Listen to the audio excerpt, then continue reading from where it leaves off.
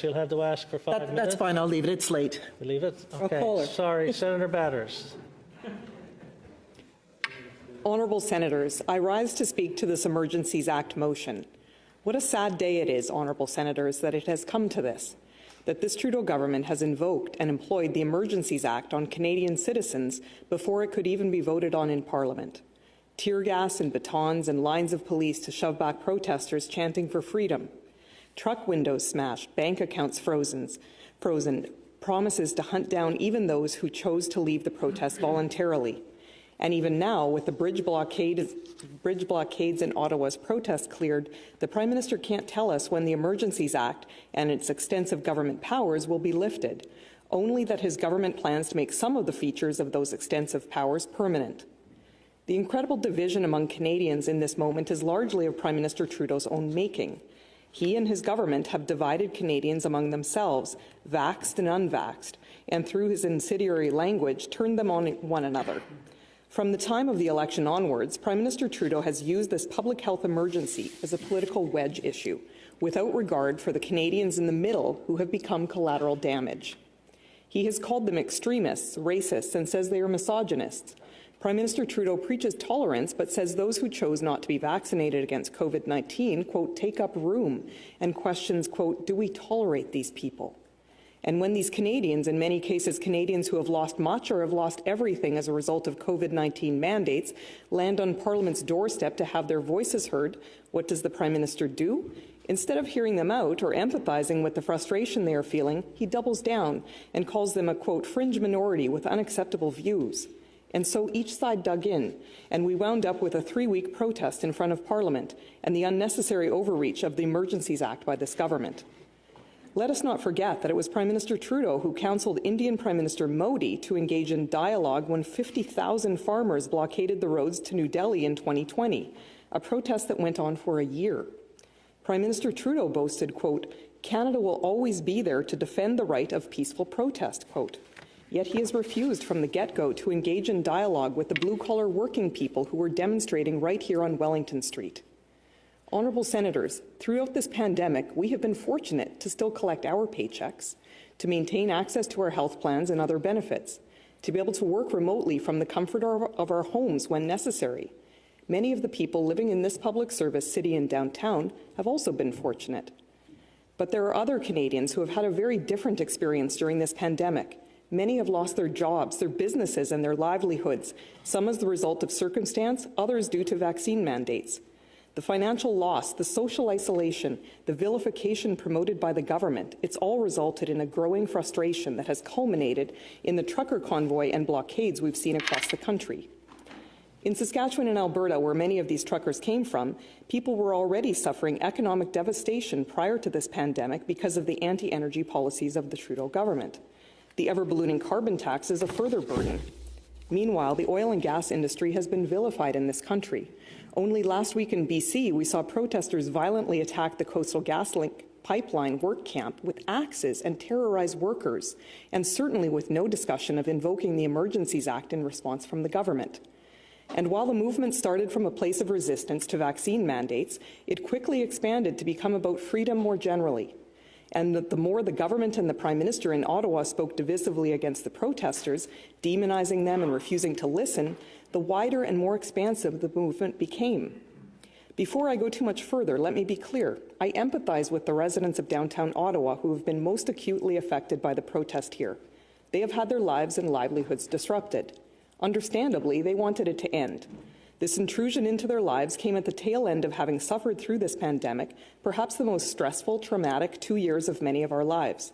And then to have to deal with this, the blaring horns all hours, day and night, the obstruction. Who among us wouldn't be saying enough is enough? My office faces right onto Wellington Street, and I had a front row seat to this convoy for the past few weeks.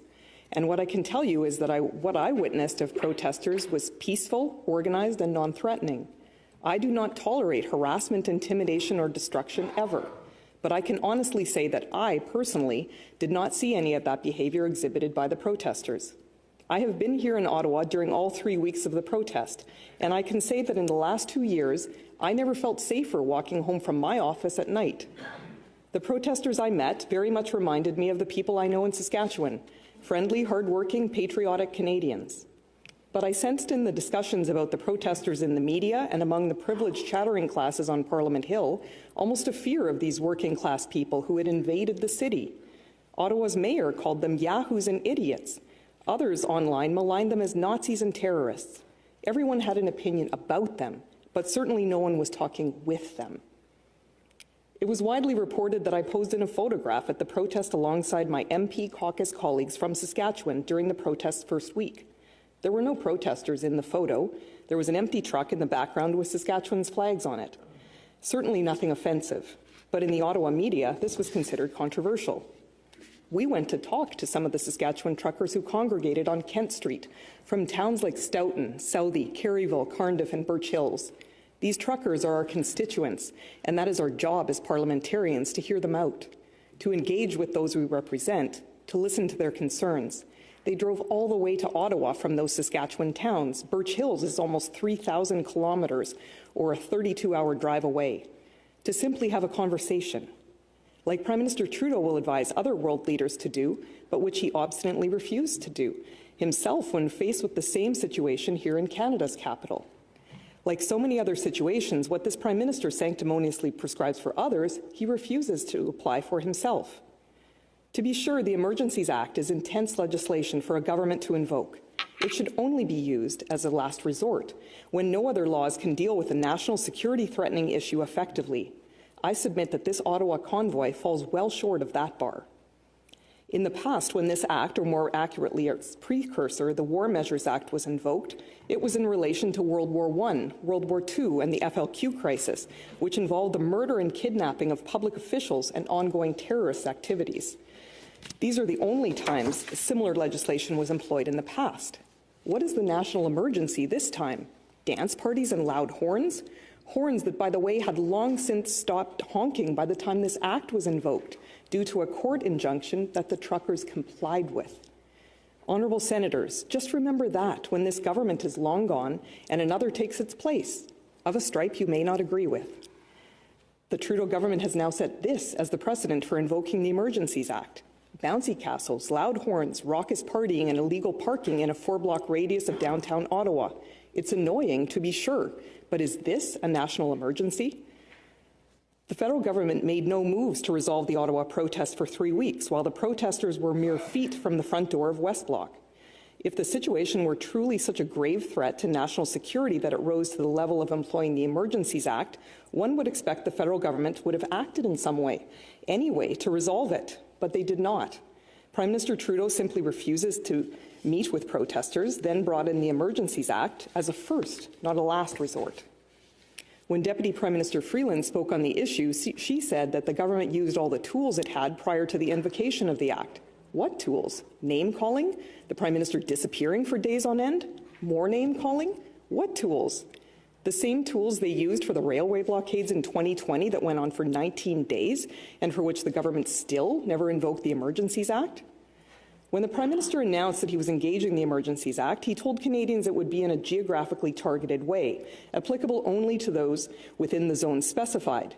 Yet we see in reality the federal government's massive overreach in the proclamation declaring a public order emergency, which states that the public order emergency will apply, quote, throughout Canada. Several of the premiers opposed the use of the Emergencies Act to deal with this situation, including Premier Scott Moe of my home province of Saskatchewan. Many legal experts agree this situation fails to meet the threshold for exercising the Emergencies Act. Among them are constitutional law professor Dwight Newman and the ARL, Advocates for the Rule of Law, Amnesty International, the Canadian Civil Liberties Association, the BC Civil Liberties Association, and even Paul Champ, the lawyer for those who successfully sought the court injunction against the horn honking of the Ottawa protest. They all agree this situation didn't require the Emergencies Act. Last week, the Canadian Civil Liberties Association announced that it is taking the Government of Canada to court over the invocation of this act.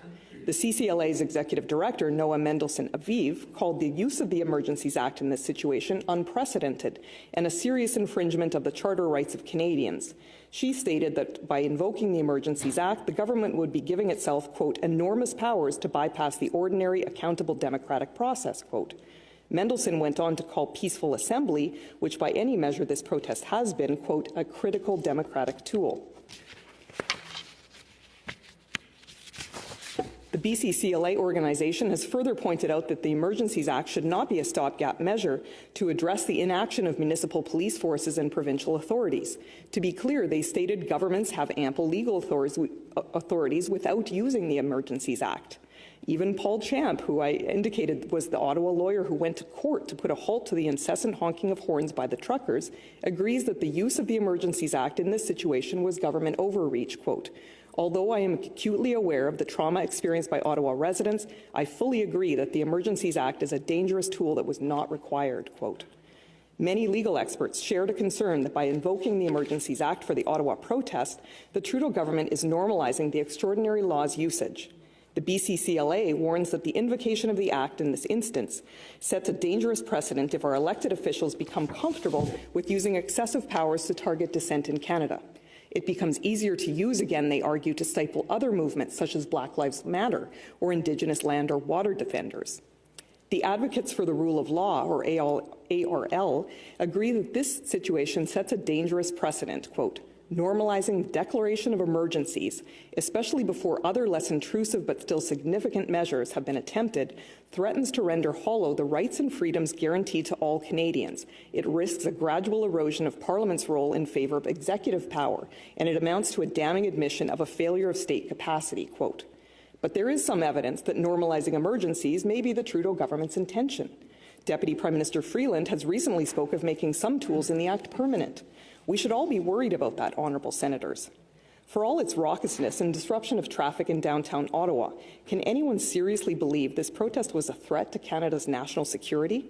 Some will say it spawned blockades at the Ambassador Bridge, disrupting one of our main trade routes with the United States. But that blockade, and similarly the one in Alberta, were dispersed peacefully and non-violently, and most importantly, without recourse to the Emergencies Act. Meanwhile, both houses of Parliament were able to meet for weeks, mere steps away from the protesters. Prime Minister Trudeau and his senior cabinet ministers attended several question periods and House of Commons sittings in the West Block in person. If there were a true public order emergency, surely none of that would have been allowed to have occurred. Honourable senators, consider all of the moments of crisis in Canada since 1988, and yet the Emergencies Act was not invoked for any of those occasions. Not for the standoff at Oka, not for 9/11, in which 25 Canadians were killed, not even during the October 2014 Parliament Hill shooting, and I remember that well because I was locked in a caucus room for 10 hours with my colleagues throughout.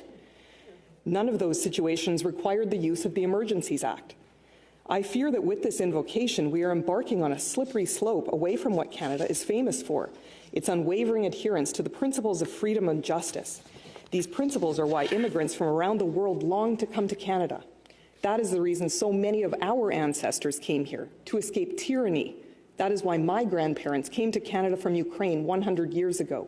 This country, this parliamentary system, this Westminster system, was founded out of the rejection of tyranny. The fathers of the Confederation feared not just the tyranny of the monarch, but the tyranny of the majority. And we in the Senate are a key part of that system, to stand up for the minority, to be their voice. It has not been lost on me, nor should it be on any of you, that this building, now the Senate of Canada building, where I deliver this speech today, is the very building where our Charter of Rights and Freedoms was negotiated. Think of that history, honourable senators, when you consider whether to allow this federal government to trample all over that charter. People on both sides of the political spectrum have expressed the view that the Trudeau government's invocation of the Emergencies Act in this situation is considerable government overreach.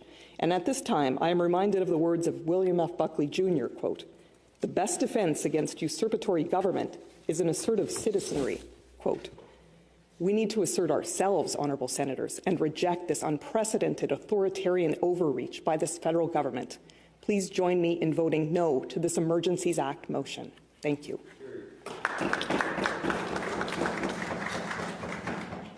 On debate, Senator Beam.